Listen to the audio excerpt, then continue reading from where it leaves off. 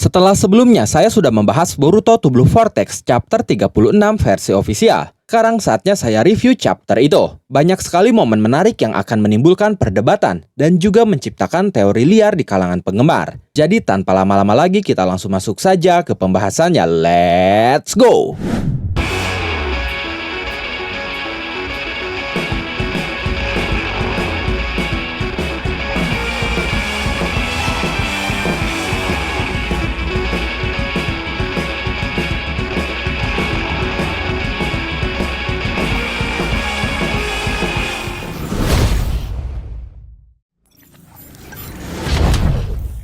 Di chapter 36 ini ada beberapa bagian adegan mulai dari kilas balik Amado dan Kawaki, lalu Kobu yang melapor kepada para tetua Konoha, lalu percakapan Amado dan Koji, lalu adegan Sarada disergap Code, dan terakhir Koji yang berkomunikasi dengan timnya hingga dia mendapatkan pembaruan Jippo. Kita akan bahas satu persatu. Mari kita mulai dengan kilas balik strategi Amado sebelum melancarkan aksinya menculik Kashin Koji. Di momen ini, Amado sekali lagi membuktikan bahwa dirinya adalah salah satu sosok paling cerdas dan licik yang pernah ada di Konoha. Hanya dari pertarungan singkat melawan Mamushi, dia bisa mengetahui tentang Jippo, dan Amado langsung bisa menganalisa kelemahannya secara instan, lalu memanfaatkan celah itu demi memuluskan rencana penculikan Koji. Amado tidak sekedar memanfaatkan Kawaki, melainkan memperhitungkan setiap kemampuan Kawaki secara presisi. Amado menggunakan kekuatan Sukuna Hikona milik Kawaki untuk menyusup secara diam-diam ke markas Koji. Amado pun tahu betul bahwa Kawaki adalah satu-satunya orang yang memiliki kemampuan untuk melacak keberadaan Otsutsuki. Karena itu,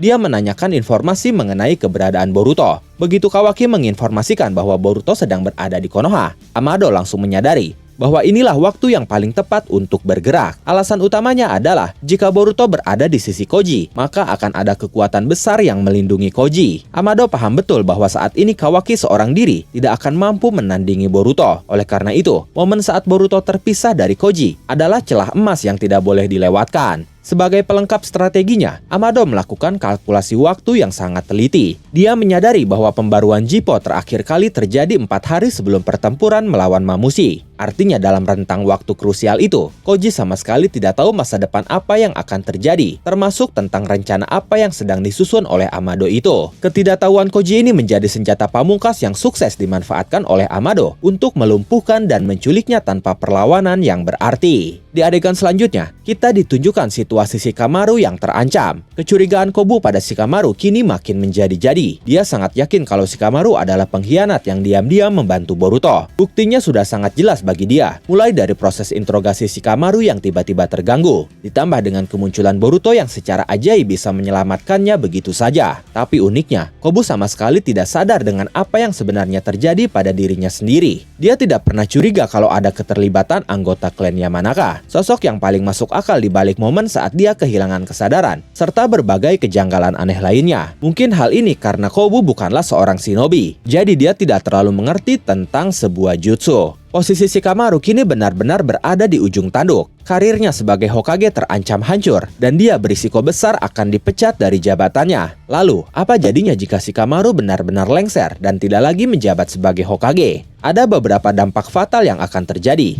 Pertama, Boruto kehilangan sekutu terbesarnya. Ini adalah dampak yang paling terasa. Selama ini Shikamaru adalah pilar utama Boruto di dalam desa. Tanpa Shikamaru di kursi Hokage, Boruto otomatis kehilangan akses ke informasi rahasia Konoha, bantuan logistik tingkat tinggi, hingga perlindungan politik yang selama ini diam-diam mengamankannya dari perburuan. Kedua, ancaman eksekusi kepada Boruto semakin terbuka. Jika posisi Hokage jatuh ke tangan sosok yang keras dan memusuhi Boruto, Konoha tidak akan ragu lagi untuk mengerahkan seluruh kekuatan militernya untuk menghabisi Boruto tanpa ampun. Kemudian klan Yamanaka dan para pendukung Shikamaru pun akan tersingkir, sehingga Boruto tidak akan bisa menggunakan jaringan komunikasi rahasia lagi. Klan Yamanaka, khususnya Inojin, akan diawasi ketat karena dianggap terlibat dalam konspirasi membantu buronan desa. Begitupun klan lain yang terhubung dengan Boruto. Boruto akan kehilangan kekuatan mereka. Lalu terakhir, pemerintahan Konoha akan menjadi tidak stabil. Lengsernya Shikamaru di tengah krisis dan ancaman Shinjo hanya akan membuat internal Konoha semakin kacau, terpecah belah, dan rentan dimanfaatkan oleh musuh. Selanjutnya, kita bahas motif Amado menculik Koji. Di sini Amado memberitahu Koji bahwa dia menculiknya untuk memodifikasi gelombang otak Koji supaya otaknya menjadi lebih aktif, hingga dia bisa memperpendek interval pembaruan Jippo. Dengan kata lain, Koji bisa mendapatkan pembaruan Jippo lebih cepat dari sebelumnya. Tapi sepertinya tidak sesederhana itu. Kita tahu Amado itu orang yang licik, yang sangat pintar memanfaatkan situasi untuk keuntungannya sendiri. Dia sendiri memberitahu Koji bahwa dia berencana menghidupkan kembali putrinya melalui karma Kawaki, yang berisi data tentang anaknya yang nanti akan diukir pada klon AKB. Kemungkinan besar, ada modifikasi rahasia lainnya yang disisipkan Amado ke dalam tubuh Kashin Koji. Asumsi saya, Amado tidak hanya memodifikasi gelombang otak Koji, tapi dia juga menyelaraskannya langsung dengan gelombang otak miliknya. Tujuannya, supaya terbentuk koneksi paralel Jippo. Jadi, setiap kali Koji mengalami update atau pembaruan penglihatan masa depan dari Jippo, Amado di tempat lain bisa ikut melihat kilasan masa depan itu secara real time bersamaan dengan Koji. Kenapa teori ini masuk akal? Ingat, Amado mengatakan bahwa dia mendapatkan ide untuk menjalankan rencananya pada Koji, yaitu saat pertarungan melawan Mamushi. Di momen itulah Amado berhasil membedah cara kerja kemampuan Mamushi, di mana ternyata Mamushi dan para klonnya memiliki kesadaran kolektif tunggal. Mereka berpikir, merasakan, dan berbagi penglihatan secara bersamaan, seolah-olah mereka satu tubuh dan satu pikiran. Konsep itulah yang melatar belakangi Amado ingin menduplikasi Jippo atau memparalelkan kemampuan Jippo dengan dirinya. Tidak hanya itu, ada bukti visual di chapter 36 kemarin, tepat saat Koji mendapatkan update penglihatan masa depan yang membuat matanya memutih dan tubuhnya lemas kesakitan. Panel manga mendadak memperlihatkan sosok Amado yang sedang duduk bersandar di meja dari arah belakang. Uniknya, ada efek suara yang identik antara momen Koji dan momen Amado itu, dan itu menandakan bahwa mereka mengalami hal yang sama. Lalu jika kalian perhatikan, ternyata ada alasan kenapa Amado diperlihatkan dari belakang saat momen itu terjadi. Kemungkinan besar, hal itu untuk menyembunyikan ekspresinya. Saat pembaruan atau update Jippo masuk, Amado ikut merasakan efek samping yang sama seperti Koji. Matanya memutih, kepalanya sakit karena dihantam informasi dari masa depan, dan tubuhnya lemas sampai harus bersandar ke meja. Bahkan tanpa bukti-bukti itu pun, kita semua tahu seberapa jeniusnya seorang Amado. Dia adalah sosok yang sanggup menciptakan klon manusia sempurna, sekaligus menanamkan Shinjutsu ke dalam tubuh klon-klon ciptaannya itu. Artinya, Amado paham luar dan dalam bagaimana struktur dan cara kerja sebuah Shinjutsu. Dengan level kejeniusan dan penguasaan teknologi setingkat itu, memodifikasi, menduplikasi, atau memparalelkan Shinjutsu supaya bisa terhubung ke otaknya sendiri bukanlah hal yang mustahil bagi Amado. Jadi ya, saya cukup yakin Amado kini bisa melihat masa depan sama seperti Koji. Lalu muncul pertanyaan besar, apa tujuan utama Amado memparalelkan kemampuan Jippo Koji dengan dirinya sendiri? Seperti yang kita tahu, misi utama Amado sejauh ini adalah menghidupkan kembali putrinya AKB dengan cara menanamkan karma milik Kawaki ke dalam tubuh klon AKB. Nah, keberadaan Jippo di tangan Amado menjadi senjata terhebatnya untuk memastikan misi ini 100%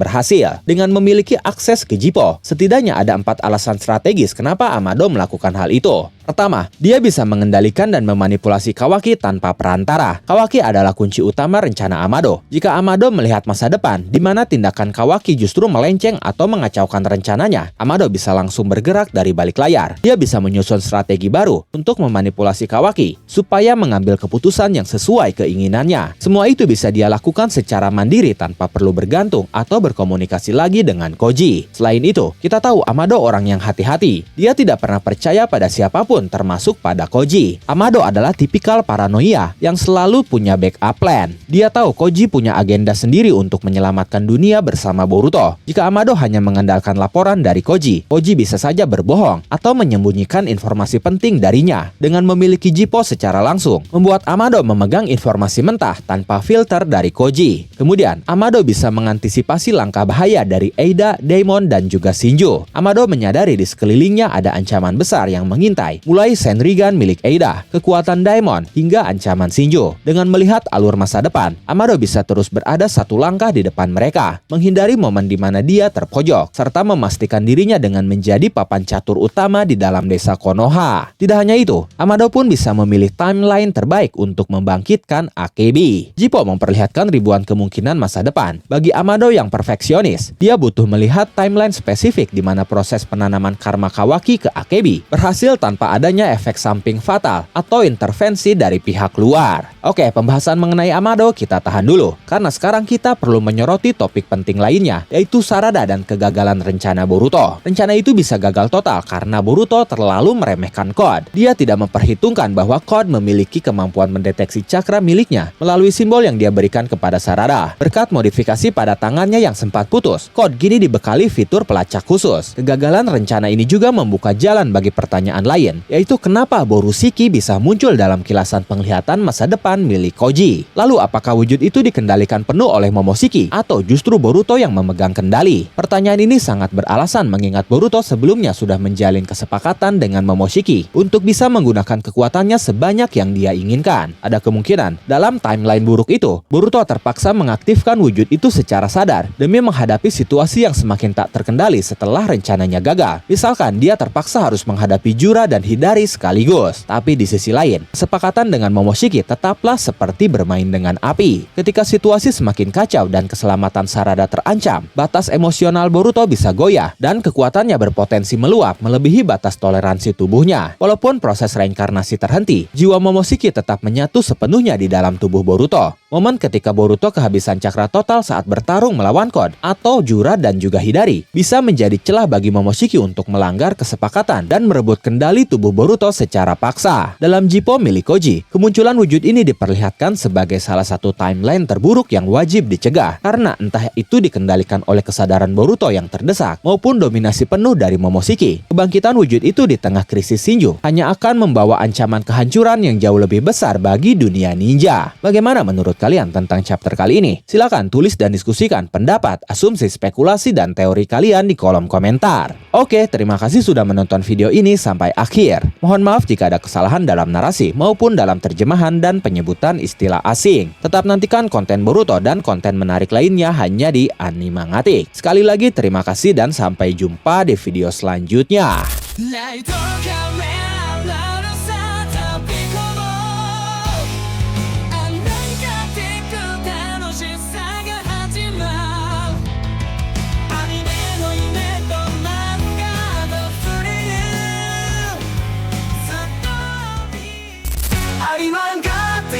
バイブスを感じて案じてアニメの魔法一緒に踊ろう